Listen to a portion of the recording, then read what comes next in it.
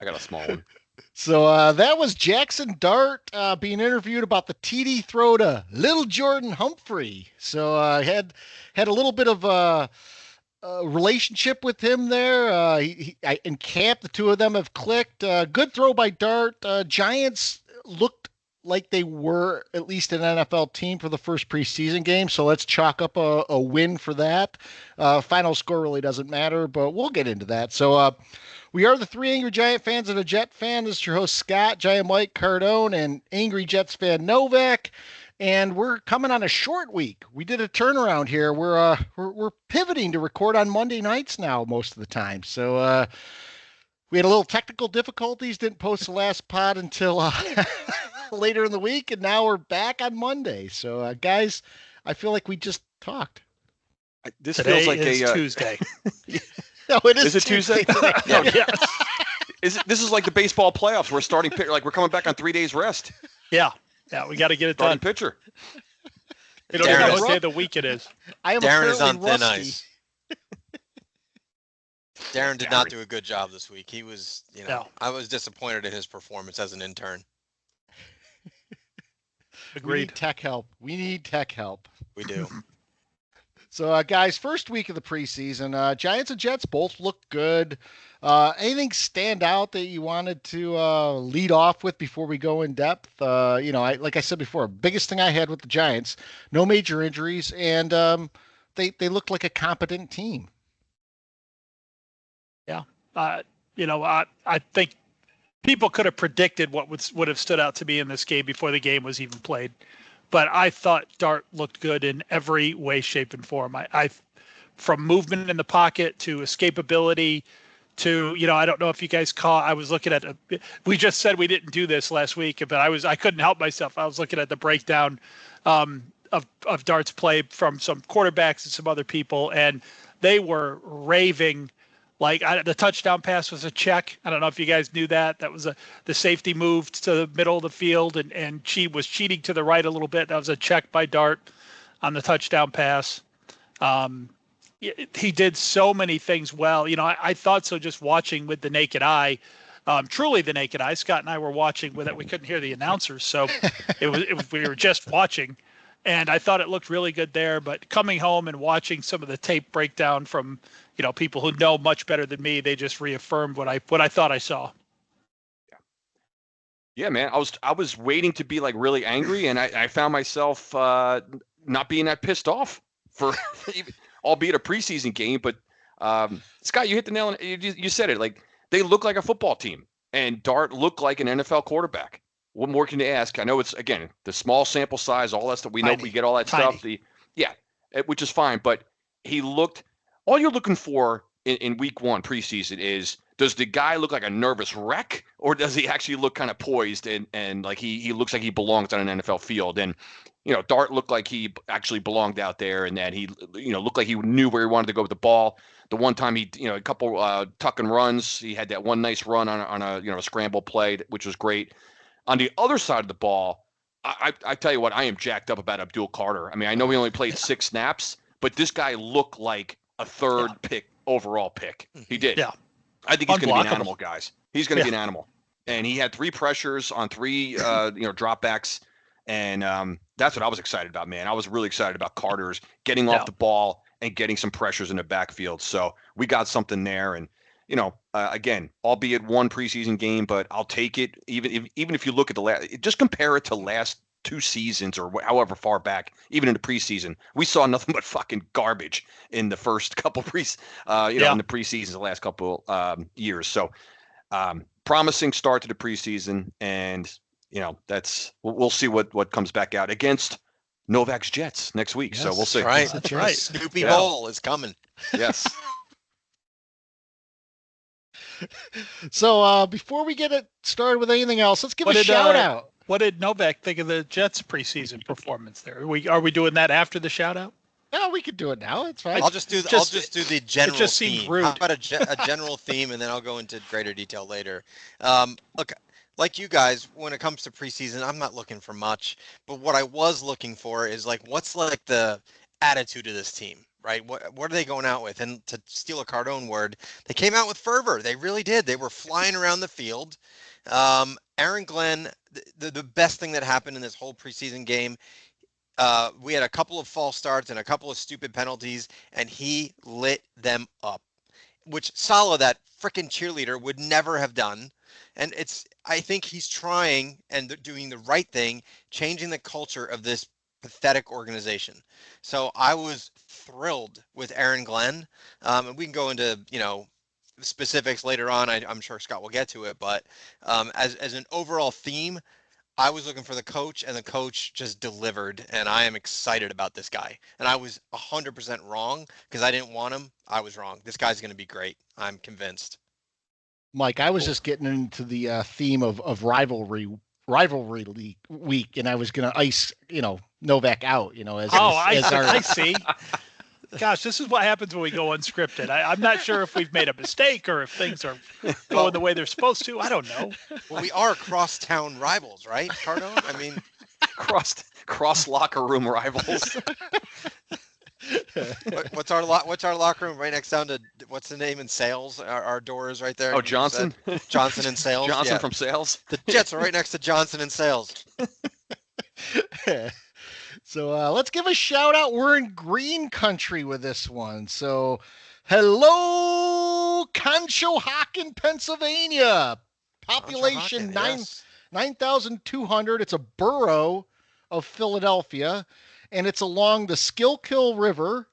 And it is a mill town that was founded in 1820 as Matson's Ford, but they changed their name shortly thereafter. Notable people are pretty slim in this town, but one is Darrell Scott, who used to be a running back for the Giants and has a Super Bowl ring from 2011. If you remember Darrell Scott, he was a preseason hero. He had his very first touch. He went 97 yards for a touchdown. And then later in that preseason, he had a 78-yard touchdown. And then I don't think he compiled a statistic in the regular season. Any relation to Boston Scott? Giant killer Boston Scott? Yeah, that one. Exactly the one I'm referring to. Famed giant killer. Guy who acquired 82% of his career stats against one team, us. They didn't even try to put him in other games. He didn't even play in other games. Never. If I'm not mistaken, like when you're doing a pole vault or those giant thick mats that are on the ground, like when you're coming off the pole vault or the high jump, I believe those are all made in a plant in Conshohocken, Pennsylvania. Really? I'm not 100% sure about that, but I had a previous job where that was one of our products, and I believe they came through Conshohocken, Pennsylvania. I was gonna say I'm not even 1% sure about that. I've never looked at the mat from a pole vault. So Conshohocken is the home of Darrell Scott and the pole vault pad. I mean, where do you buy a pole vault? Where do you buy the pole? That's a good question. Seriously. And did that sport not ever scare the crap out of you? Can you imagine going up there and maybe spearing yourself as you get to the top? I was always terrified of that thing. Yeah. I always wondered how you practiced. Yeah. How do you know you're any good at it? Exactly. I'm just going to run 100 miles an hour with this pole, stick it in the ground, and see what happens. It's a crazy sport to me. Really, and is it like a golf driver where it's there's a flex shaft, there's a stiff shaft? There's got to be different flexibilities in the damn thing, right? I believe there's different shaft tensils. Is it like the one like Lamar in Revenge of the Nerds used to throw? Is Yes. it like that? That is a great question. It's not like you can go into Dick's Sporting Goods and go to the pole vault area. Right, right. Where do you get them? You came looking for a pole vault. You got Frank standing there. Do you know about the stiffness and all? Yeah, I know about the stiffness. And then you have the trouble of bringing the damn thing home because what's it gonna fit in? Yeah, you can't put it in a car. If you don't have a pickup truck, you gotta you gotta think rent it's a like a U-Haul pole to get it home. Could it be like a pool stick where it breaks down in 3 pieces or something like that? So I don't know if you'd want that. So would you want that to break down? I feel like that would be unsafe. I don't know. These are all great questions. It's not like shooting hoops in the driveway. No, how do you practice this thing? Everywhere you go, you got to bring this pole with you. How the hell do you practice? It's not like throwing some pads. You throw your pads in the back of the car, your helmet, and you drive off to football practice. How do you, Mom, I'm off to pole vault practice. Let me get the flatbed. You can tell it's preseason for us I too. know. We spent 5 minutes on the pole Pole vault, vault. which is great. so getting back to vaulting off the beginning of the season, the Giants-Bills segue. game. First team looked good. Cardone mentioned that. Carter was explosive. He's got that spin move where you can just see this disrupting, the quarterback several times a game. And with Scatabo out, Turbo Miller, so Mike and I we're watching, we're trying to figure out who two guys were. They were Turbo Miller and Washington, and both of them making their case to make the team. One's a running back, one's a wide receiver. Dart looked great. He also sailed a few balls, so it's a mixed performance from a rookie. But he's got the poise there. Airmail some of those balls in a crucial spot, though. That's a pick. And the bigger thing for me is just, I think last year in the preseason we scored like 12 to 14 points almost every game. We laid a 30 spot on the team. Yeah. And I heard some people address those sailors by Dart, and it's concerning, but it's also, he's pretty jacked up probably. And the point, I think it was Baldinger I was listening to break down his play, and he showed some of the sailors, and he's like, the point you guys need to take away from this, though, is all these balls were the right throw. They were all to the right person. He just sailed them. And he said, if we already know the kid can throw the ball accurately, he's going to be fine. He's going to fix that. But if he's already in his first preseason game making correct reads 96% of the snaps, that's the more important thing. And I agree with that. Of course, I agree with that. But I disagree. I think he's going to suck. But. Well, I don't want to shortchange Russell Wilson either. He looked good in the series he was in. The starters were in, they got out of there, and the game went on, and really all the quarterbacks ended up looking good at the end. I think DeVito threw a touchdown pass. Winston looked pretty good. Yeah. No, preseason or not, they had drives with long drives. I'm just looking at the first half. There was a 12-play drive. What is it? 51 yards. Another drive. All the drives were 31 yards, 80-yard drive, a 30. So they were moving the ball consistently. They did a lot when they had the ball. They scored on 7 different possessions. For what it's worth, again, preseason, but it's all we have to go by, right? So, all in all, man, But what I liked, even guys, the small things. I liked even on offense the way they were just getting in and out of the huddle. Like there was tempo and there was purpose, and it looked like they knew what they were doing.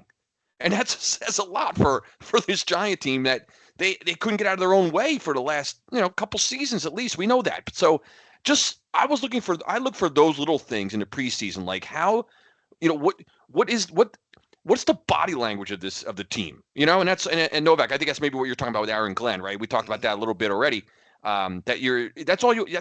We don't have a lot to go by in these games because there's you have half starters in, you don't even know if you're playing against starters.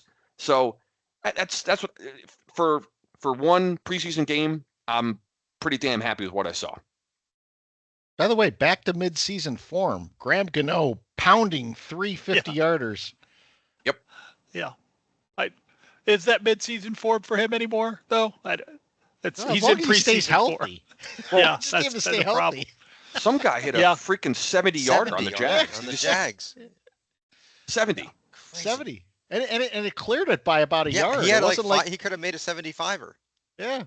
Absurd. It's absurd.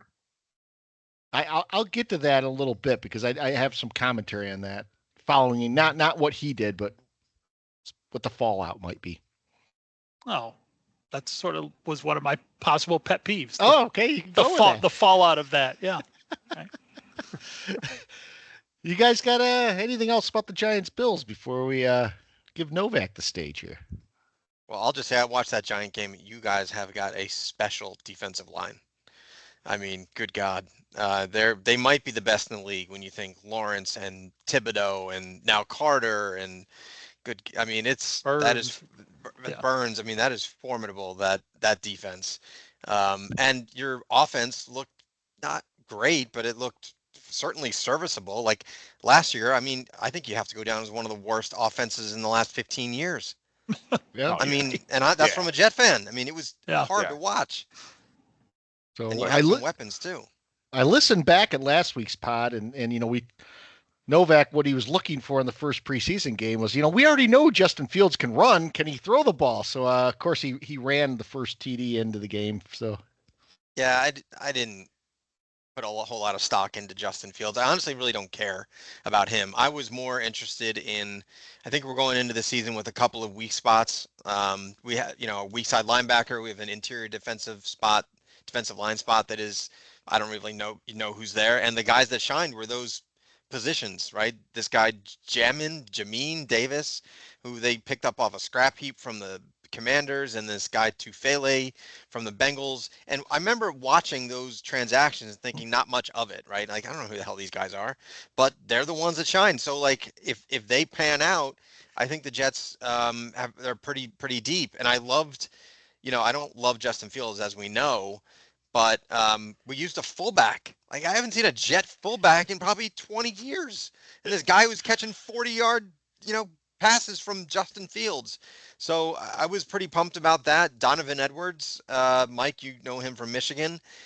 He had a nice 70-yard run for a touchdown, which got called back, but he looked great as a fourth running back.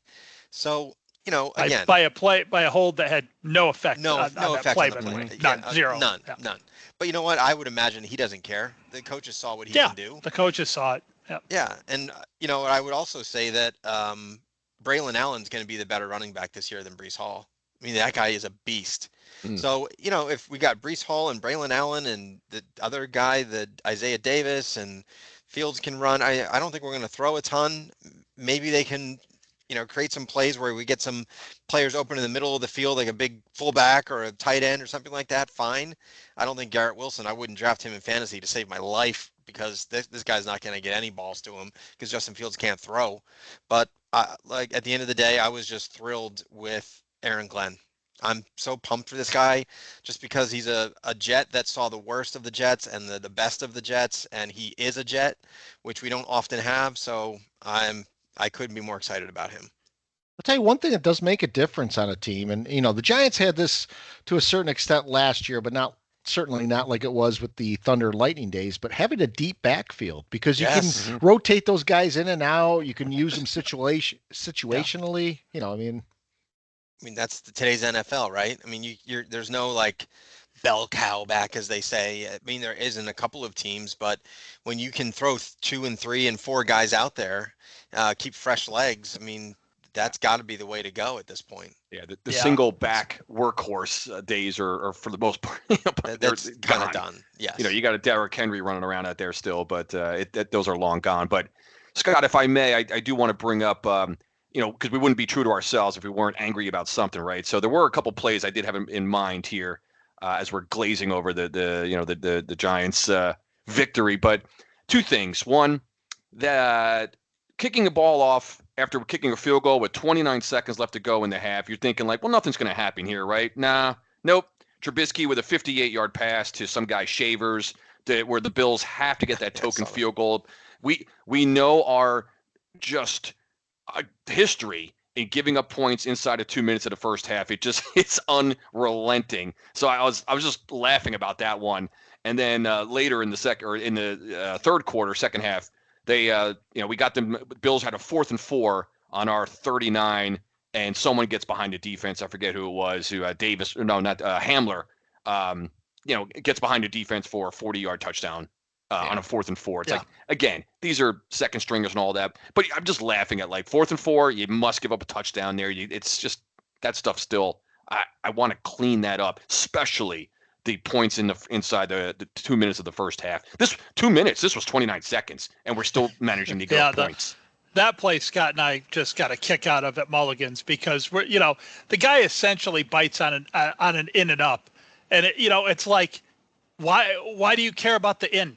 Yeah, there's just 29 seconds left in the game. Let him run the in. Why do you even give? I'm like, exactly. Fundamentals, Mike. Again, coaches won't it's like fundamentals. That. Yeah.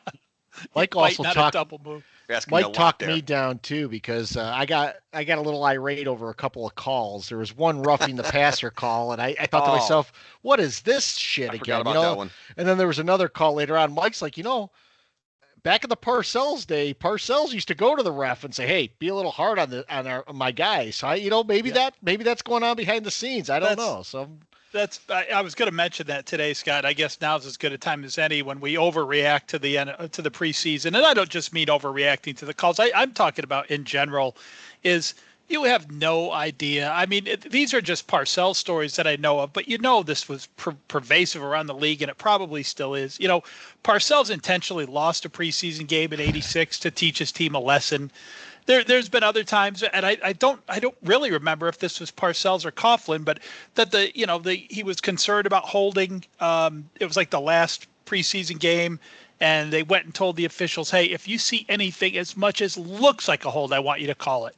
I want these guys to be So things like that happen. I'm sure they happen for other teams. I'm sure they happen around the league. It's kind of what we talked about last week before when we were talking about the Jets and Fields, and it's like, if I'm the coach of the Jets, I don't even call one play where Fields is running because who cares? And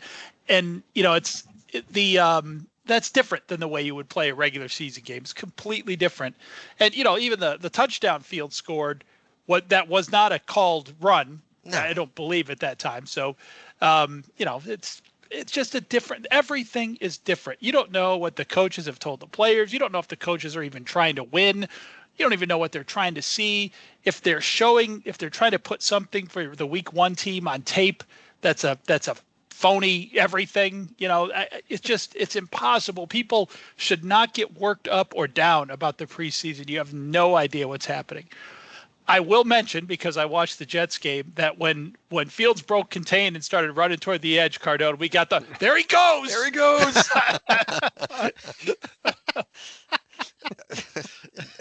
And you're so right, because if this is a regular season game, you don't think they're planning for Justin Fields to do that. They're not going to have someone spying this guy. Come on. Yeah. I mean, the whole field was wide open because they're just playing a vanilla defense, and the play broke down. And if you really watch the play, he had someone wide open, like 5 yards away, that he could have thrown to, but nope, there he goes. Yeah, they probably, and to put it on the other side too, or Novak, the Jets probably wouldn't have called a deep drop pass play in that situation in a regular season. No. So none of it means a damn thing. People need to calm down. Did you guys see anything around the league and the preseason games this week? The funniest thing to me, I don't know if you saw the clip, and it wasn't a play, but it was CeeDee Lamb on the sideline, sort of like motioning to the crowd like this, and the ref comes and barrels right into him and knocks him over. Didn't see that. No, I thought that was. I was too googly-eyed over future Hall of Famer Sanders, Shedeur Sanders. Yeah. I'm guilty of that too. I had to see, and I watched it too. Again, I was just checking the box score and a couple highlights on what Sanders did, and the glazing was just. Oh my God! Yeah, it was intense. I can't say anything because I just glazed a perfectly mediocre performance by our rookie quarterback. That's but true. It was crazy. It was crazy. The talk about Sanders, which you knew was coming, even if he had a moderately decent game. And the Giants were brought up too because of that. Yeah. Right, because they were like, are they going to regret not drafting Shedeur Sanders in the 5th round? I mean, they could have had, like, come on. You can't compare someone drafted in the 5th round to someone they drafted in the 1st. I am sorry. Yeah. You just cannot. Now there should be no talk about that, period, because the Browns even picked a quarterback before Sanders. They did. Right. Now, I will say if Penix, McCarthy, and Nix look great this year, then honestly, you can say the Giants passed on all 3 of them a year ago. That you can do, but you can't do it on a guy taken in the 5th round. That's ridiculous. No. That's like saying all those guys that were drafted ahead of Brady and they try to make these comparisons. No one knew Brady was going to be what he was. Stop it. Yeah, it's just funny that someone gets picked in the 5th round, and you go back to the 1st and pick out one team that passed on him. Exactly. When every team passed on him 4 times. Yeah, 136 times that he was passed up or whatever. Yeah. I mean, come on.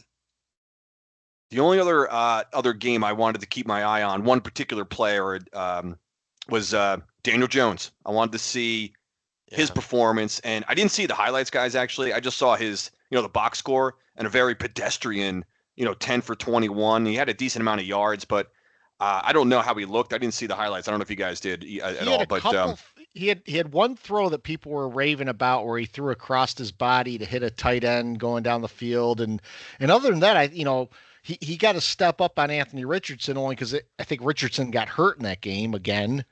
Guy can't stay healthy, so I still think the Colts are one of those teams. I mean, geez, they're going to be struggling to do well this year, no matter who the quarterback is, and people who are listening who might be going to our live show might want to at least memorize 5 Colt players, because that might be a question I ask. That's a good idea.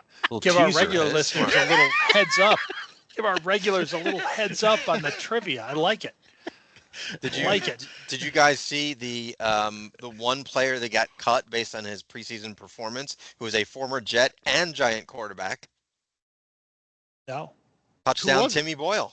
Tim Boyle got cut because of his performance? He was so bad. He had a 0.6 passer rating that they cut him the next day. And the old 0.6. So he and Nathan Peterman finally might be out of the league. I was going to say, Nathan Peterman's like, hold my beer here, big guy. Yeah, right? So going back to Jones for a minute, I watched some highlights on that, and they showed like 3 or 4 of his passes. And the thing that struck me about him is they weren't even balls he'd have thrown as a Giant. So whoever's coaching him up is doing a good job, because, by the end of his Giants tenure, we know, remember the flea flicker guys? We had a guy running wide open, just screaming for the ball, and he refused to throw. He was throwing balls to covered receivers for the Colts and throwing darts, man, just throwing darts. And, that's kind of like what he was like when he first came into the league. And so hopefully, they were able to suck the Giants out of him and let him just go back to having fun. I think Jones made a bad career decision.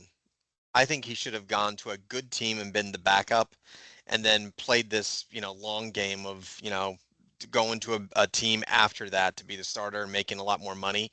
I think going to the Colts, a bad team, you're competing with Anthony Richardson. I think it's a silly move. I think he should have stuck with the 49ers or the Vikings or one of these teams and then gone somewhere else like Darnold, Geno Smith, and all these other guys. Yeah. Darnold left Minnesota. I'm surprised Jones didn't stick there and just be the backup to JJ. That's what I'm saying. He should have. Yeah. He should have done that. Yeah.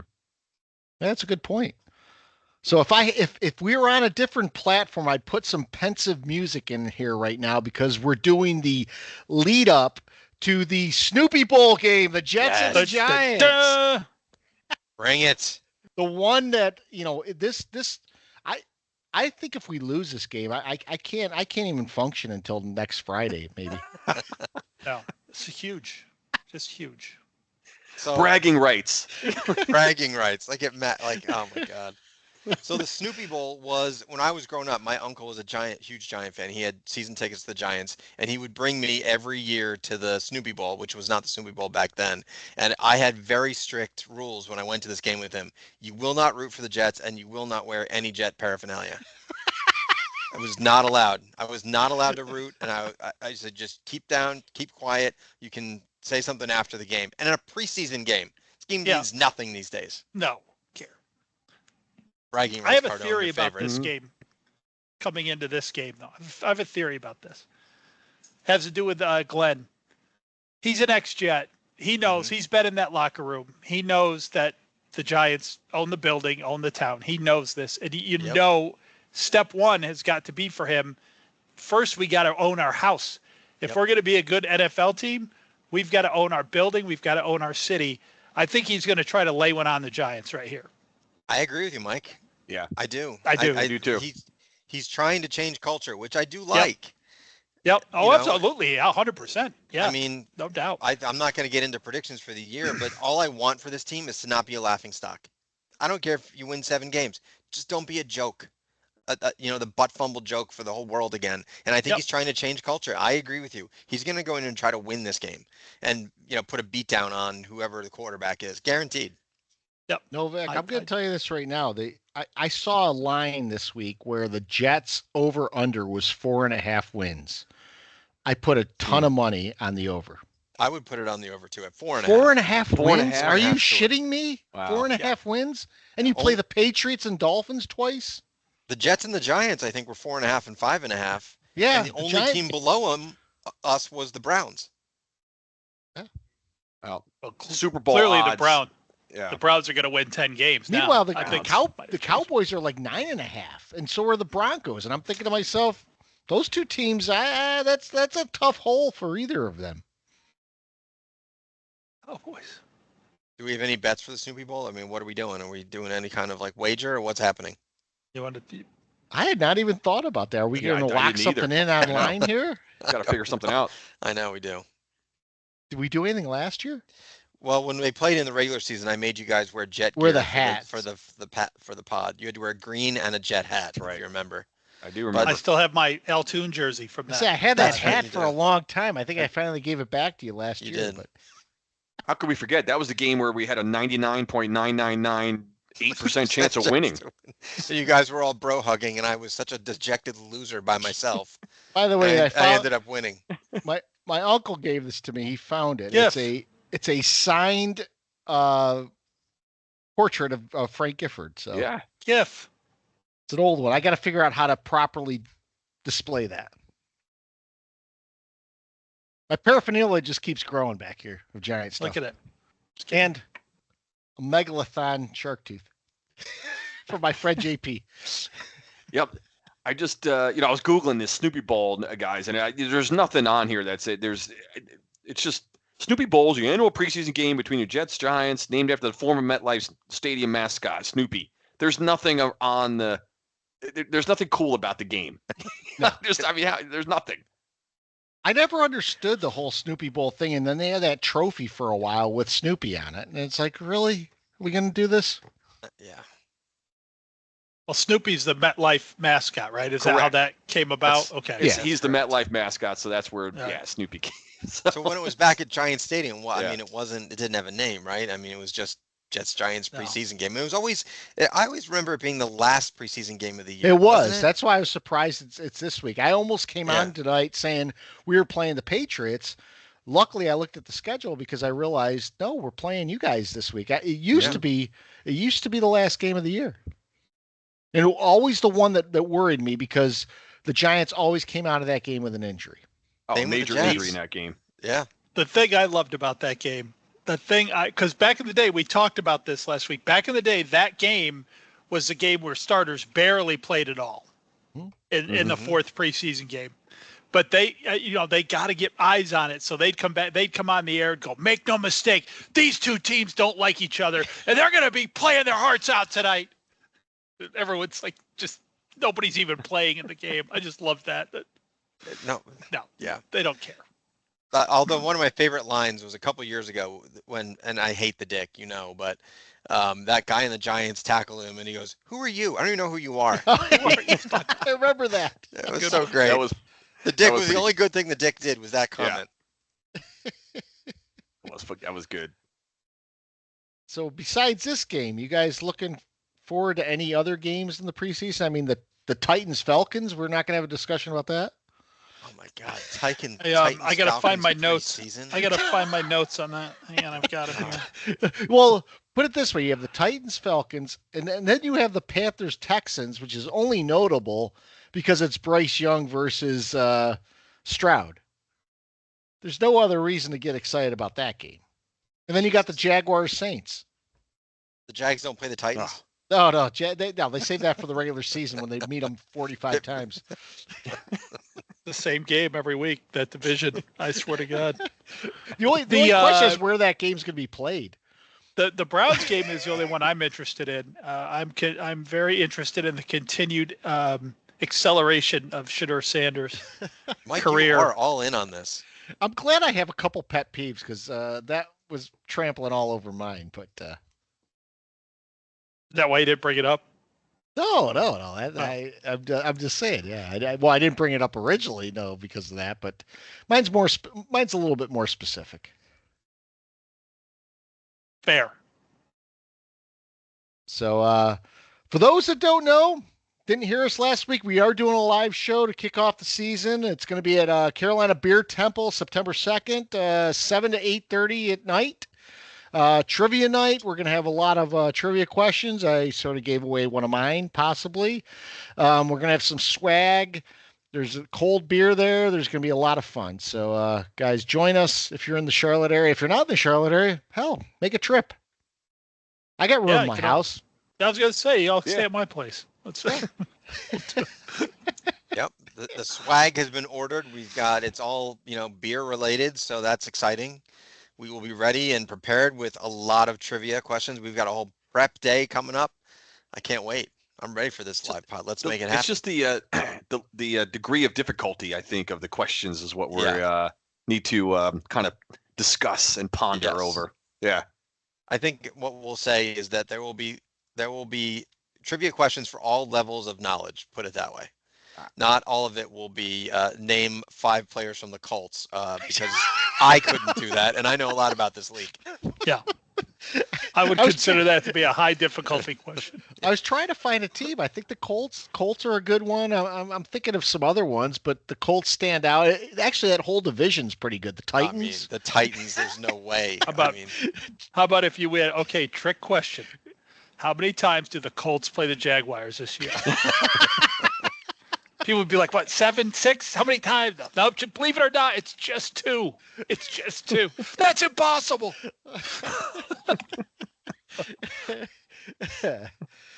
So I'll start with Novak tonight. Pet peeves. All right. Well, I've got 2 quick ones.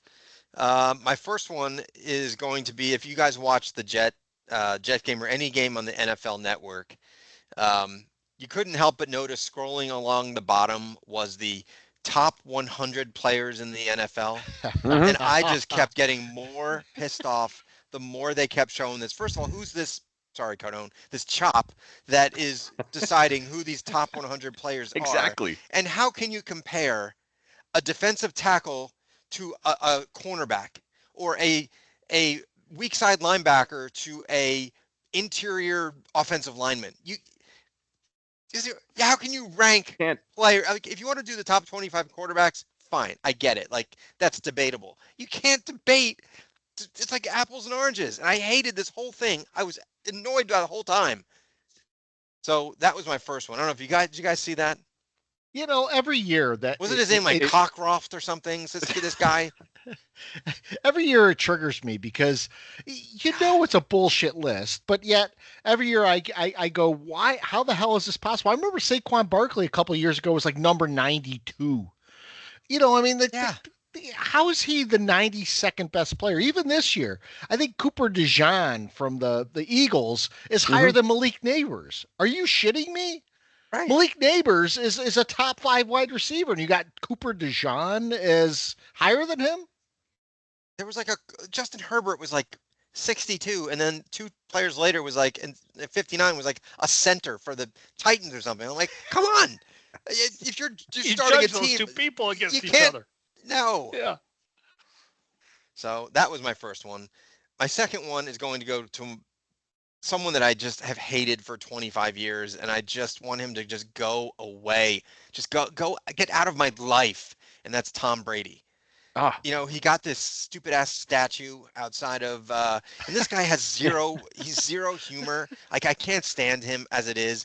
And you got to make fun of the Jets. It's just an easy thing to say. Like, have some creativity. What he said, it's not just for Patriots fans. When Jets fans come out in the second quarter, they'll throw beers at it. Oh, shut up. Go away. Like, have something more creative. Pick on somebody else. Yes, you've owned the Jets. Just stop it. Just get the Jets out of your mouth.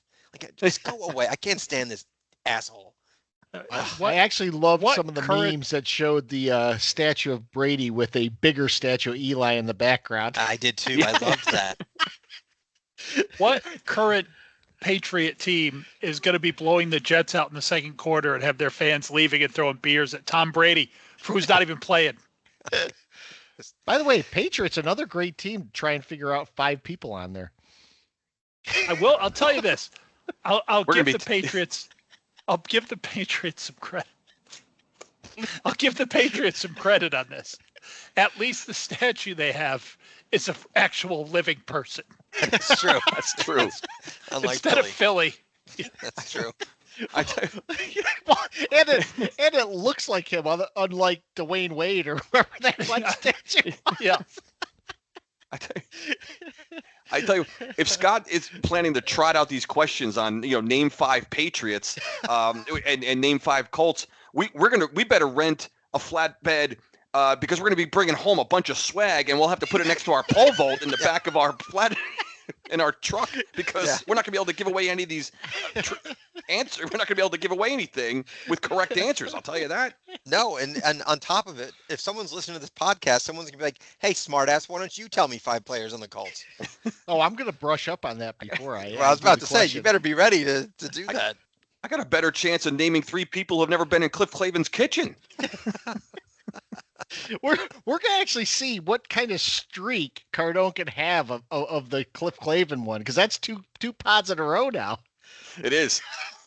Yeah, we'll It's keep just, that one hey, going. it's preseason, man. I'm reaching. I love it though.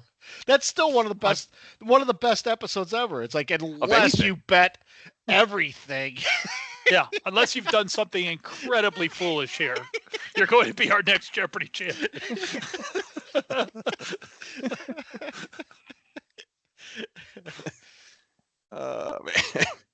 Was that your only one, Novak?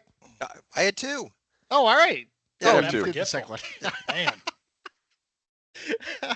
All right. Well, I'll go next since I'm making the gaff here. So, guys, we can't put the genie in the bottle back on journalism, because it's sports journalism now, and we rail about this all the time. It is so shitty that these guys aren't journalists anymore. Mike touched upon this. I mean, we looked at there's a journalist out there. I use the term loosely, Josina Anderson, just gushing about Shedeur Sanders' performance, and she was one of the people. Her and Ryan Dunleavy, who's a beat writer apparently. They both threw the Giants under the bus about Sanders' performance, saying, I think Dunleavy said, "Dart, your turn," or "Giants, your turn." Josina Anderson is like, "Giants, get a load of this. See what you're missed out on." Hide your eyes, Giants fans. Hide your eyes. That's what they said. Yeah, again, fuck both of you. I mean, Wow. You're talking about a guy we talked about that went through 5 different times before he was passed over with every other team, including his own. And we're talking about him on one preseason game. Guys, there's a Nike ad with him saying the future is now. After one preseason game with the Nike logo on it. 5th round draft pick. 5th round draft pick because he had a decent game. Now, I'm not going to say he had a bad game. It was a good game. He threw two touchdown passes. Dart played almost equally as well from a stat standpoint. You don't see people leading off Monday talking about Dart. We're talking about him, but you don't hear the national media talking about him. And guys, it's just one of those things where, is this going to go on every time? Every time we look over on the Browns bench, week 1 through 16, and we see this guy stand there and be like, "Oh, it's time to bring in Sanders." Mm-hmm. I don't know who that. Oh my God, yes, that's going to happen. I don't know who the quarterback's going to be there, but this is getting ridiculous. And this highlights to me just how shitty and how bad sports journalism is. And of course, the journalism is in quotes. Yes. Listen, we might not be far away from like a Sanders camp, like cut-in cam in other games of him on the sideline, sort of like with Aaron Judge when he's ready to break the home run record. Like we do a live cut-in with Judge's at-bats. There could be someone's going to come up with the idea to have a Shedeur Sanders like cam on the sidelines, and we just have a cut in. Oh, wait a minute, the Browns are coming back on a possession. Is he taking the field? Is he? No, he's not. He's not. Okay, go back to your regularly scheduled program. He didn't take the field. We'll cut back in. It's like right, and then like Judge just grounded out 6 into a double play, 6-4-3. So we'll pick it back up when Judge comes up in the 7th inning. We'll pick up the Sanders cam back when the Browns have the ball back. Yep. I mean, Nuts. This whole feedback and this whole thing about him is exactly why no one wanted him. Yeah.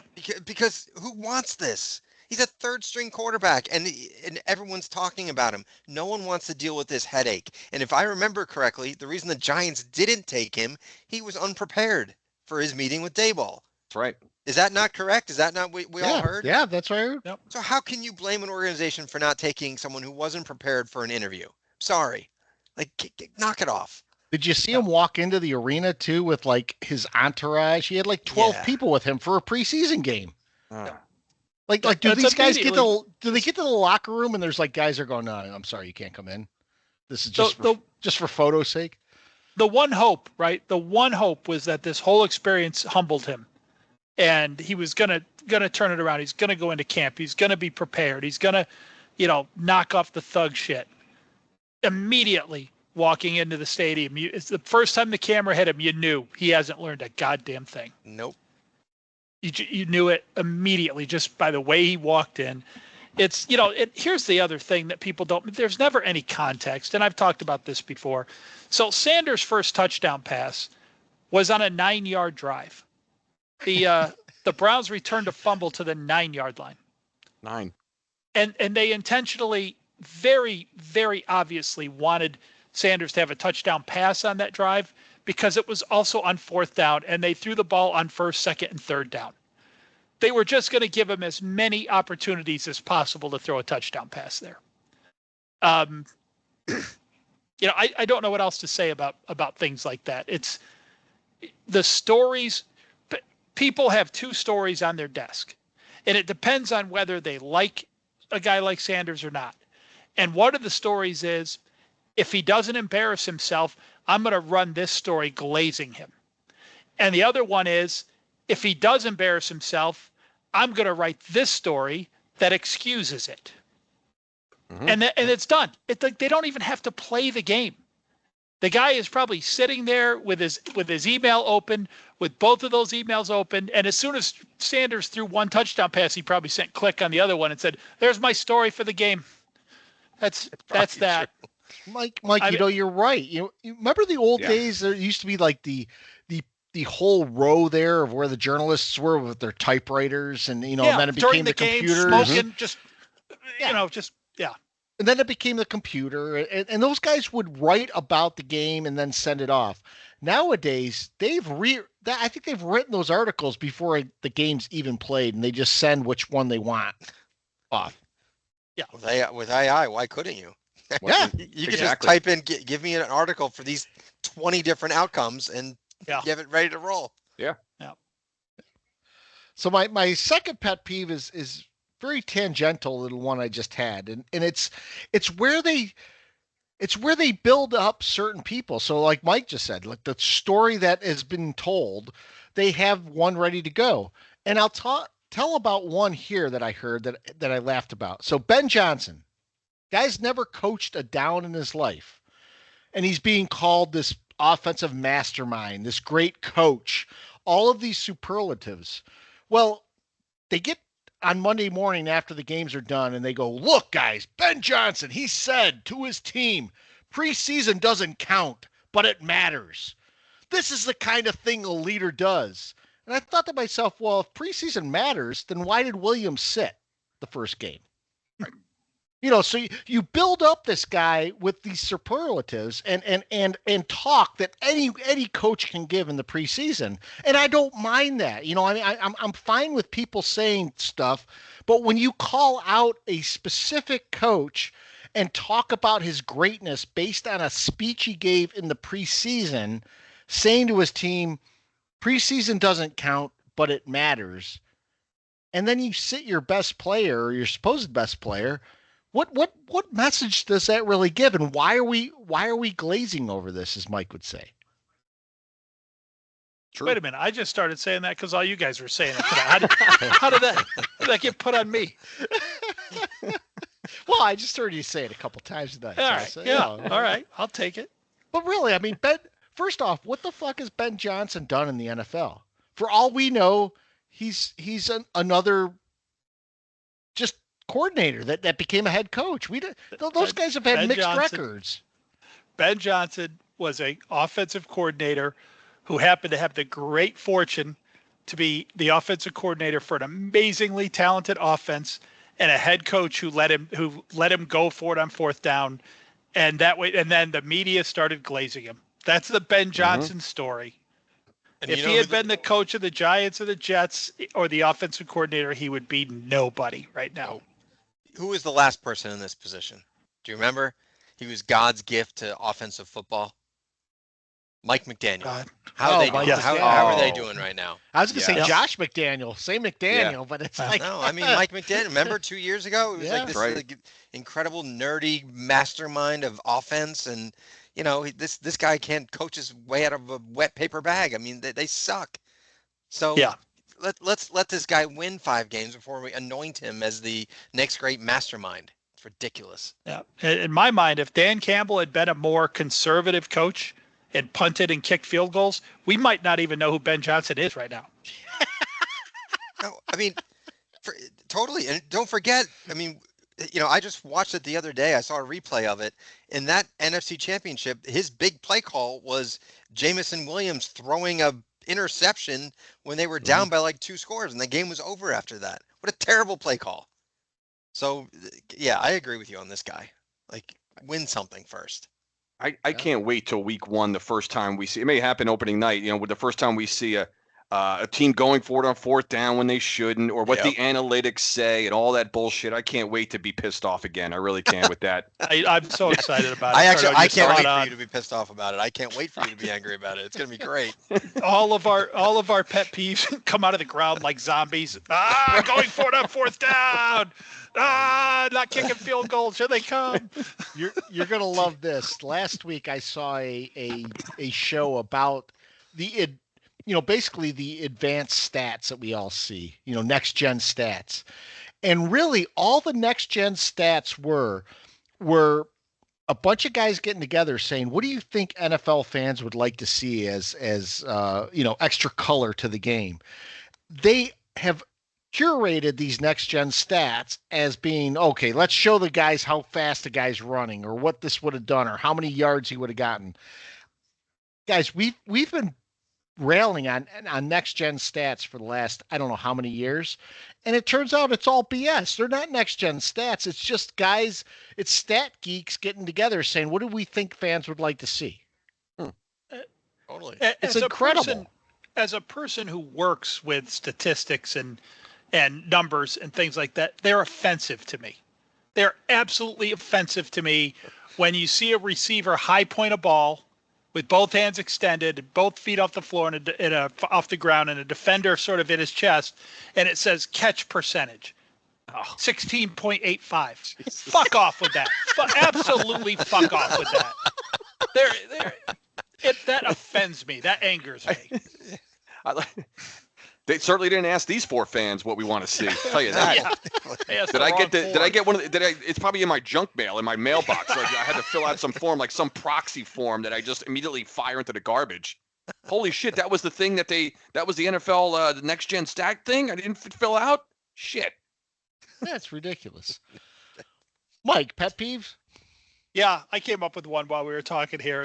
Yeah, Scott and I were watching the Bills and Giants together. And one thing that happened that we actually laughed about, and then I kind of thought about it later and started getting angry about it, was at one point, I think it was the Bills who got in the red zone, and the announcers were like, well, here the Bills are in the University of Wyoming red zone. Right? So that's right. So Scott and I are like, oh, Josh Allen, okay, must have sponsored. The guy at the bar goes, University of Wyoming red zone. I said, well, I think Josh Allen went to Wyoming. He did.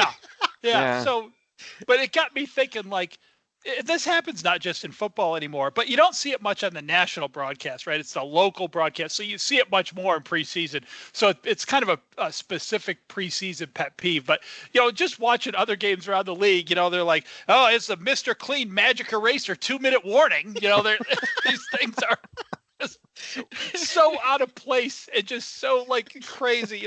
The universe or the Concocted Mat Company kickoff sponsored by the Concocted Mat Company. Go your finest pole vault mats made in America. It's concocted. It's like listening to an old radio broadcast. So, it's just I just found it humorous. And the University of Wyoming Red Zone was what Wait a kicked minute. it off. But They sponsored that, or they called it because of Josh Allen? I have no idea. I think it came up. It said the University of Wyoming Red Zone, and it was funny because as I was saying to Mike, "What the hell is this?" There's a guy next to us going, "University of Wyoming Red Zone. What the fuck is this?" yeah. Please don't tell me we're getting into this now. No, I don't think on national broadcast. I think we're quite a ways away from that yet. These are the local. These are the local broadcasts, where like every commercial's, like, oh, Mr. Putty's Fun Park, the official fun park of the New York Giants. It's all so everything's the official something of the team on those local broadcasts. Well, that would be a thing to know too. Doug's Ice Cream, the official ice cream cone of the New York Jets. Well, I mean, can we get in on this? Can we have the three angry Giants fan and a Jets fan kicking tea or something? Was that broadcast from Buffalo? Because the NFL Network always picks one of the local teams and does the broadcast. It was the Buffalo broadcast. Okay, so that makes sense. Yeah. So I'm sure University of Wyoming, because Josh Allen is on the team, they wanted to sponsor something. So like, okay, you could be the University of Wyoming Red Zone. And if you go to the restroom at halftime, the urinal pucks are sponsored by the Three Angry Giants. Yeah. Can we get urinal puck sponsorship? Can we get swag with our face on a urinal puck? Yeah. Those local broadcasts, man. Everything is sponsored. Here's the Bluebell ice cream overtime rules presented to you by Bluebell Ice Cream. Overtime rules. Which Donovan McNabb needs a refresher on. But one of our first ever pet peeves, overtime rules. Or say that in the safety. No, it was the safety rules too, right? Yeah, safety the safety rules. Yeah. You know what's funny is both of them are still applicable today. Whenever there's a safety or whenever overtime occurs, they have the overlay, the graphic overlay, safety rules, overtime rules. Yep. I tell you what I want to see are fucking kickoff rules, because I don't know anything about the kickoff rules anymore in this league. They do Give me to that. put those up. They keep shading areas in, and I have no idea what that means. Well, you do know they changed it this year. If you have a touchback, you go to the 35. 35. Oh. Yeah. See? Yeah. So I had no idea. Last year the 30 or the 25? 25. Or maybe it's 30, I don't know, but they moved it up. They will not leave that play alone. This league. They cannot figure it out. Refuse. They're changing it every year. They can't figure it out. They don't know what they want to do with it. But my question is, if you're going to do that and you're going to put it out to the 35, why not just go back to the original kickoff? Because no one's going to kick it in the end zone. I don't understand. And don't give me this player safety bullshit, because that's not true. They did it because no one was making any returns. But if you're going to put it at the 35, guess what? You're going to get returns now. I was just going to say that, though, Novak. I was seeing something last week, and they were talking to one of the guys at the NFL, and he's like, look, last year we had more returns than we've ever had, and we've had less injuries on kickoffs than we've ever had. And it's like, are you shitting me here? That's impossible. That's a lot. Again, as a person who works with statistics and numbers, that offends me. There is no way, if you get more yards and more returns and more tackles happening, that there's less injuries. You are gaslighting us. Stop it. Oh my God. Cardone, did I ask for your pet peeve yet? No, I have a short one, and it's a brief one. I'm telling you, it'll be brief. I'm glad we're talking about statistics, because that leads right into my pet peeve. And I'm a stat guy. You guys know that. I love historical career stats, all those things. And for some reason, they only do this in the NFL, where, and I'll just take Jackson Dart, right? Because I heard over and over, I was watching the highlights, and I was thrilled that he made a nice touchdown pass, but albeit they said, and Jackson Dart throws his first NFL career touchdown pass. And I'm like, no, he didn't. It's the preseason. It didn't count. Because guess what? I'm looking at Pro Football Reference right now in front of me, and on Jackson Dart's page is his fucking combine score and what he did in the 40 and the bench press. There's nothing about a touchdown against the Bills because it happened in a preseason game. So he didn't throw his first touchdown pass, a career touchdown in the NFL, because the game doesn't count. No other sport do we do this. Spring training in baseball, hockey, basketball, all these sports have preseasons. Why in the NFL do we have to glaze over a guy? There's the word glaze again, Mike. Over a guy scoring his first touchdown when it didn't count. No. Wait till the season starts and he actually throws his first touchdown career pass. Then we can celebrate it. Hey, I'm happy he threw one in the game, of course, but let's not pretend that this is actually going onto his career stats. I don't know. It's a stupid one. It's just a pet peeve of mine. I can't stand when they throw that line out there and that stat. It just drives me crazy. So I heard it over and over with Dart. Shedeur doesn't have 2 career touchdown passes now? Not according to Pro Football Reference, which is like the Bible. And by the way, this could have been a pet peeve of mine. Pro Football Reference, by the way, now is locking down some of their content where you have to be a premium member to see advanced stuff. Take my money. Take it. I can't. I use it as it's a Bible for me. I use it all the time. Yeah. Love that. I love this website. It's amazing. Yep. Don't make me go back out and buy the Sports Almanac every year because I will do it. All right, Biff. I'll tell you, Cardone, I know you think that was a dumb one, but that was a really, really good pet peeve. Agreed. That really was. I mean, that they're so anxious to be calling the first to say something is. Yes. They just are like, I don't care. I know better. I know it's a preseason, but I don't care. I got to do it. Let's wait till the regular season. No one's done anything. These stats, just like the wins, it doesn't count. We've been talking about it the whole night. It doesn't count. Yeah. So I'll tell you what we keep didn't throw it. We keep hearing people use the word historic. And when I hear historic, I think it's the first time this has ever happened. But no, now they talk about historic as being, this is something that just hasn't happened in a long time. That's not historic. It's rare. It's something that's happened before. I don't get it. You hear it a lot with weather now. Like we heard it with the recent hot weather we had in Charlotte before this recent rain, which is now cold. But it was like, we haven't hit 100. This is historic weather. We haven't hit 100 since 1943. And it's like, well, nope, that's not historic. It happened in 1943. Actually, average. Yeah. Speaking of average. You got to like statistics, guys. You got to understand them. You can't just look at them and run off with those numbers. You got to put a little thought into them. You just have to. It's just silly. So we got a Peacock Corner this week. We got 3 questions from him. And the first is, who will draft first overall in the 2026 draft? And if I'm putting my money on it, we talked about the Colts. Colts could be a possibility. But I'm going to go with someone else in that division. I'm going to go with the Titans. With their brand new quarterback. Brand new quarterback. Pick number 1 again. Who, by the way, you've heard nothing about. You've heard about Shedeur Sanders. You've heard about Jackson Dart. I've heard nothing about Cam Ward. So they'll presumably trade that pick to someone going after Arch? I think the first pick is going to be the New Orleans Saints, and it's going to be all about Arch Manning playing for his grandfather's Saints.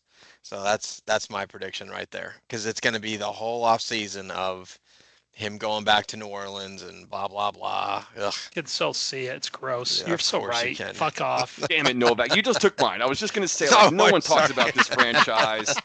I don't know who their quarterback is. Their quarterback. Yeah, you look at the Saints depth chart and quarterback right now. It's gross. Is Alvin Kamara still there?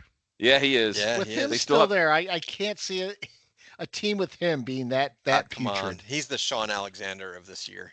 Oh, God, don't mention his name, Novak. Do not mention Sean Alexander's name. Damn you. It's worse than Algie Crumpler. So we got a Titans and 2 Saints. I'll take the Browns for that sake. That sounds What would they do? That's why I want it to happen. I have no idea what they do. Too. That would be interesting. Who do they take? Cut bait and go after Arch? Yeah, I mean, what do you do if Arch is out there and he does well? So Texas is the preseason number 1. We can talk about that with college football. if that were to come to fruition and Arch is the number one quarterback, what do you do if you're a team that doesn't need a quarterback and you have him? Do you? You trade that for? friggin' Oh my haul. God! Yeah. I mean, you're set for life. I mean, you're going to get 4 first-round draft choices for that guy. Yeah. Yep. Right? I mean, you can turn your franchise around in one draft. absolutely. I want to take now. Hey, it could be us. We might be the ones making that decision. I don't think we will. I think I actually think with Carter, I just think we're in too good of a spot right now. We'll get into this when we get into predictions probably next week or the week after, but I feel good about this Giants team so far. Yeah, but your schedule is friggin' brutal. It is brutal.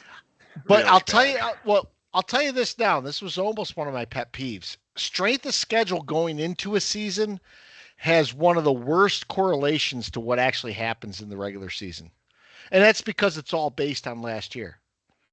And we've all seen that kind of move. And we're going to get a question from Peacock about this right after this next one. So the next one is, who's the former Jet or Giant, coach or player, that would make a good president? The Dick. There's a easy one for me. That's Bill Parcells, man. He'd be a great president. Yeah. Can you imagine getting him into the media, get him into that White House briefing room? See, I went a little bit different on this one. I was thinking to myself, guy I'd love to see as president, and he wouldn't have been flashy. He wouldn't have been, doing a whole lot. But Harry Carson. Art Carson, he's distinguished. Yeah, the distinguished Harry Carson. I can see it. Definitely distinguished for sure. I'm going to go way out of line for no other reason and just one. How about just Jeremy Shockey? Have him running around the White House. That's probably the most realistic. Yeah. That's probably the most realistic one. He'd probably get the most votes, Shockey be like, hey, free beer for everyone. Yeah. Or get Tiki Barber out there. He's cheating on his wife. He's practically a politician anyway. Exactly. He's got the smile of a politician, Barber. Yeah. Barber, I could definitely see. I'm being serious. I would say Curtis Martin. Oh, Curtis Martin's a great one. Yeah. A little too subdued to get votes, though. People. Hey, he's just cool. I mean, I think he's intelligent, well-spoken. I think Curtis Martin would be my guy. I think about Curtis Martin a lot because there's a lot of times people are brought up as, who do you think of as the top this guy or the top that guy? And I always thought Curtis Martin was a great running back. But you'll hear people talk about Emmitt Smith. You'll hear talk about, other running backs. And I'm like, no one, I never see Curtis Martin any more mentioned in that way. And I'll tell you what, if Curtis Martin played for Dallas, he would have had more yards than Emmitt Smith. I guarantee it. I think there's a lot of players who, if they played for Dallas during that time, they would have had more yards. Certainly. Definitely. But Curtis Martin is certainly one of them. And you're right, Scott. His name doesn't get mentioned enough with the all-time great running backs. And it's because he was never a self-promoter. He was not a flashy, he didn't score touchdowns and point at his nameplate and find a camera. He just scored and went back to the bench and waited for the next time. It really is a shame how we as a society and as a sports group and family overlook people because of that. They should be lifted up if they're like that, not hidden. When I think about underrated running backs, I'll tell you a guy who comes to mind too. He's a Giant.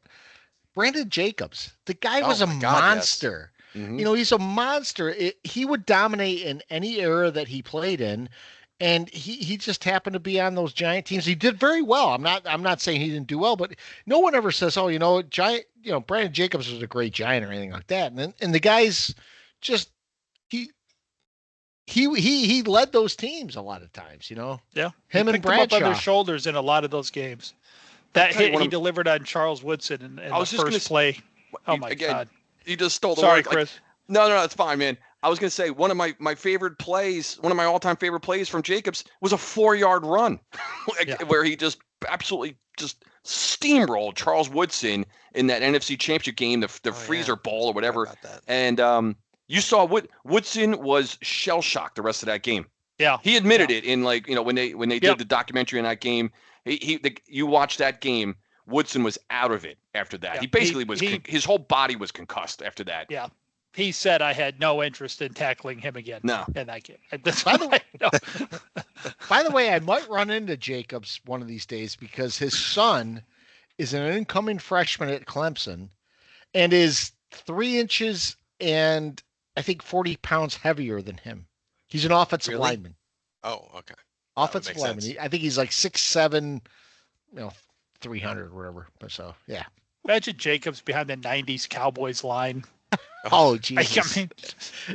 I mean, you could, Derrick Henry behind that line, just think there's so many running backs you put behind that line. You think of the damage that they could have done. Imagine Jacobs trying to get tackled by safeties the whole game. So Peacock's last question is the surprise team from those that missed the playoffs last year that will make the playoffs this year. So this is sort of getting to what we were talking about just a second ago. I got to go back to my Bible here and take a look. So I'll go, just if you guys are looking it up. I actually really like this year the Atlanta Falcons. I do. I'm not a Falcons fan. I don't believe in Penix. If Kirk Cousins is a quarterback, I think that's a possibility. That team, just to me, I think they're running into the Buccaneers and the Panthers. That division sucks ass. It does suck ass. So the Buccaneers, I've never been a believer in them. The Saints, we just all agreed, are horrible, and the Panthers are the Panthers. I mean, they were pretty good. Bijan Robinson, I think, is probably the best offensive player in the league, pretty much. So, no, I like the Falcons. That's my team. I would go. The Bengals were the first team that came to my mind, just because of Burrow. That's true. I know their defense is. I don't know. There's supposedly what little I know about the Bengals defense, but that's. I think they're supposed to be a little bit suspect in that area. But for what it's worth, I know this has maybe nothing to do with it, but they ended last year on a 5-game winning streak, so they kind of caught fire at the end of the year last year. And Cincinnati's one of those teams that I don't know. You have a quarterback is the caliber of Burrow. You're already you're in the playoff mix, I think, all year if that guy stays healthy. So good one. That's a good one. I'll just go with Cincinnati for that, just for the reason of Burrow alone in that offense. I'm going with the reasoning Novak had, and that the division I think is shitty, but I think the Jaguars are going to bounce back. I hope we don't hear Duval too much, but Duval, Dubai. I do think the Jaguars with Travis Hunter, I think Lawrence is healthy. I think they're going to be a team to reckon with in that league, in that division. Yeah. I will take some low-hanging fruit because literally the only reason this team wasn't in the playoffs last year was because of injuries, and that's the 49ers. I think the 49ers. That's a good one, Mike. Yeah, I thought about that too. That was what I was going to take, and realistically, the only questions I have about the 49ers are who's going to be their quarterback. Is Purdy the guy? Yeah, I'm still not sold on Purdy, No, I'm not either. But I think they're so good in most other slots that 40, I agree. The only thing I would say about the 49ers, are they that team that's kind of like hanging on to the little bit of that window being open? And are they about to go the other side of the hill, so to speak, right? Yeah. Trent Williams and McCaffrey are getting up there in age. Deebo Samuel's gone. Kittle's getting old. Yeah. I mean, I kind of agree with you, but that's the only other. That's the opposite. Point. Yeah. I think both things could be true because I think San Francisco thinks they're still in the open window, and I really think that this year will tell us whether they are or not. Because all the points you make, Novak, are spot on, and I could see that going either way. That team to me is just they've got a lot of talent, and they're solid. They're deep, not deep enough to overcome the injuries they had last year, but that was like giant level of injuries that team sustained last year, and it was always to a highly contributing player. And then by the end of the year, they were on their 6th running back or something last year. Yeah. So if I had to pick one, my first choice was Cincinnati, but I didn't want to step on Cardone again, which I've done this whole entire podcast. So. Hey, that's all right, man. That happens. The one guy I'm really interested in seeing this year is Kittle, because people are talking about Kittle as if he's a top tight end, and I keep thinking he's getting up there in age. So is age catching up with him? Because he's had a couple years with injuries, and I just don't know how well he's going to perform. But it's a really good question, Mike. I was going to go with the Niners too, and I thought same as you did, sort of low hanging fruit, and I am still one of those guys, and I don't know why, because if he was on my team, I'd love him. I still don't know about Purdy. Yeah. Purdy's a Daniel Jones to me. He's right in that same. He is not immune from criticism for whatever reason. Just like Daniel Jones, not immune from criticism. Other quarterbacks in this league completely immune from criticism. And I think his own fans are starting to turn on him a little bit. And, I think it's a shame because he was a great story, right? The last pick of the draft or whatever. And then he comes in and he plays never spectacularly, but really, really well. Solid starter play. Gets a bigger contract, has some injuries happen. Of course, fans and media tend to ignore injuries when they're evaluating teams and people. They completely ignore injuries. And so now he's got to go out and prove himself again. But we'll see. But I like the kid. That's, but you're allowed to go on Twitter or on ESPN if you want to laugh at him. He's one of the guys that's not protected for whatever reason. You can't. You guys got anything else tonight?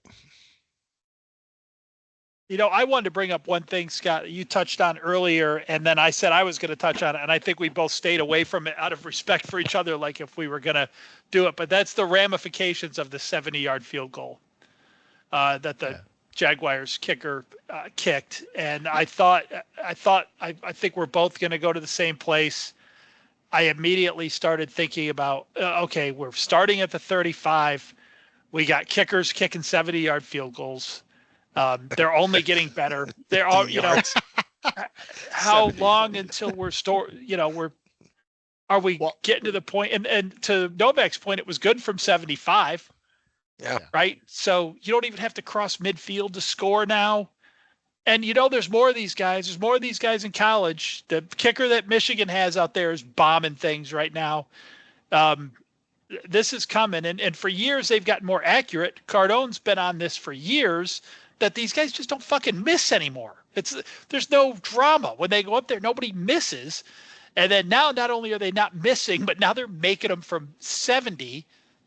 Well, and I think that's what I heard too. I mean, I heard the chatter. I heard it was like, we need to narrow the goalposts, and I keep thinking to myself, guys, you start fucking with the geometry of the game, and that's never good. I will take a good kicker any day and just deal with those consequences, because how many times are you going to try a 70-yard field goal? You're going to do it at the end of a calf or end of a game. That's it. Well, if I have this guy, what are you talking? I mean, if I'm down by 9 and I've got this guy in the fourth quarter, I get to midfield, kick a field goal, onside kick, recover it, kick a field goal from right there, back in the game, baby. Well, now, but you got to make it still. That's one of those things. But I get you, Mike. I mean, that's where I was heading. Where I was heading is that 70-yard field goal in preseason started talk about, we need to make rule changes. We need to make them now. We need to that might narrow be a little extreme. We need to narrow the goalposts. That kind of stuff started talking. Yeah, I can't stand the rules need to be just reaction. Please just go back to normal kickoffs and touchbacks at the 20. Yeah, just let's play football again. Now the refs can get the Chiefs to win with a kick into the end zone at the 35-3 bullshit holding calls, like 50, they kick a 70-yarder and they win with 1 second left. I mean, See, I know you guys I've mentioned this on the podcast before, and I've been routinely mocked, but there's a Disney movie from the 70s called Gus, the field goal kicking mule. And he could kick 100-yarders, and his team won the Super Bowl because he could do that. So it's a cautionary tale. Cautionary tale. And they even kidnapped the mule on the day of the Super Bowl, but he got loose and came and won the game. I just hate that.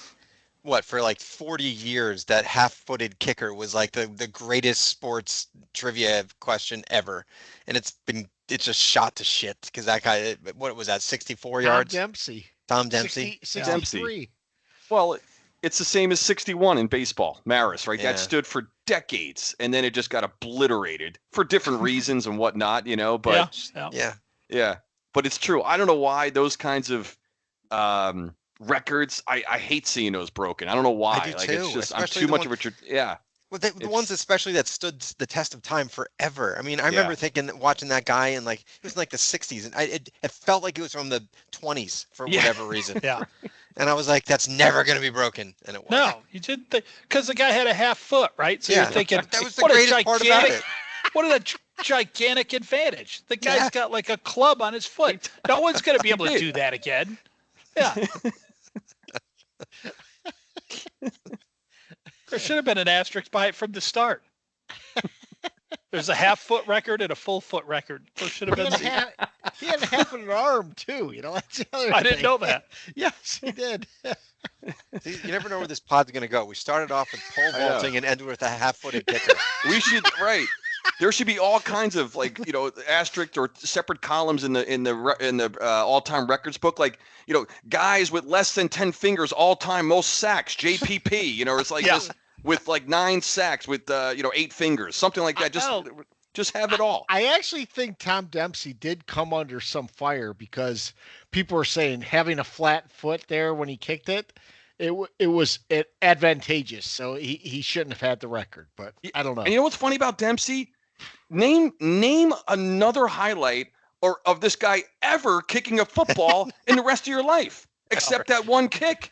Yeah. There's not one game where he kicked a game-winning field goal in fucking September from 29 yards or something. You never saw anything outside of this one kick from this guy. How can that be?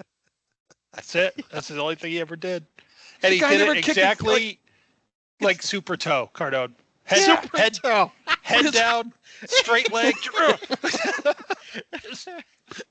just super toed that thing. But it's almost as if he's for his career, he's 1 for 1. That's it from 63. And we all 4 of us knew his name immediately as soon as without even no thought, no anything. Tom Dempsey. I mean, I got to imagine on his tombstone, if he's dead, which I'm imagining he is, it says 64-yarder, half-footed guy, right? I mean, this is the guy you saw who they modeled Super Toe after. I don't know if he's dead. He might be. You might be right. That's a good dead or alive. I think he is. I actually think he is. Hey, that's not a bad idea for trivia on the live pod. We do a Dead or dead or alive alive section. Former NFL players and coaches and whomever, could be anything. Owners, dead or alive. that's actually a really good one. 50-50 chance. I tell you what, if we're struggling giving stuff away, we just have to we just got to do a dead or alive. It's a 50-50 chance. I like it. Just go out there and swing it. So Tom Dempsey, just so you guys know, I think was he is dead. 159 out of 258 on field goals for his career. No. What? Are you kidding? No. That's horrible. And he probably made 7 Pro Bowls too with those stats. By the way, is he dead, Mike? He is. Yeah. Died 2020. Yeah. Yeah, 2020. Recently died. No, not that long ago. He was 252 for 282 career on extra points. He missed 30 career extra points. I mean, he missed 100 field goals. I mean, that's insane. He played 8 full seasons and missed 30 extra points. And 100 field goals. And 100 field goals. I'm going to in our minds, he's the greatest of all time. I'm going to offend somebody probably with this, but his foot is so perfectly sliced in half. It looks like it was photoshopped. It looked like half his foot was photoshopped right out of the picture. I didn't realize it was that flat. If you took a carpenter's level to this thing, that bubble would be right in the middle. It'd be perfect. It looks like a sledgehammer. It did. I'm looking at images of Tom. And by the way, is he missing part of his hand too? Yes, or is he's missing part of his arm. What? Yeah. Yeah. He didn't have his whole arm. Okay. I don't know why I didn't know that. And he his form was his form was like what your form would be if you were 7 years old kicking field goals in your backyard. Both arms straight out to the side, like he's trying to fly. It's just hammering that thing like super toe. He's got the 12-year. He's got the Rydell face mask with the little twin bar that we had when we were 12 years old. You know? Yeah. Yeah. It's no different than the little microphone thing that's extending from my headset Right. here. That's like If we're that wearing went a all the way face mask around. from 1967 right now. If that went all the way around, it would be Yeah. a face mask. So guys, come out and see us, Carolina Beer Temple, September 2nd, 7 to 8:30 live show. We're gonna do a couple more pods before then. We're gonna finish out the preseason, but September 2nd we'll be there. Gonna be a lot Can't of fun. wait. Everybody show up. Should be a lot of fun. I can't wait for the Snoopy Bowl. Snoopy Bowl. Get ready to roll. Good luck, guys. Take it Have a easy. good one, guys.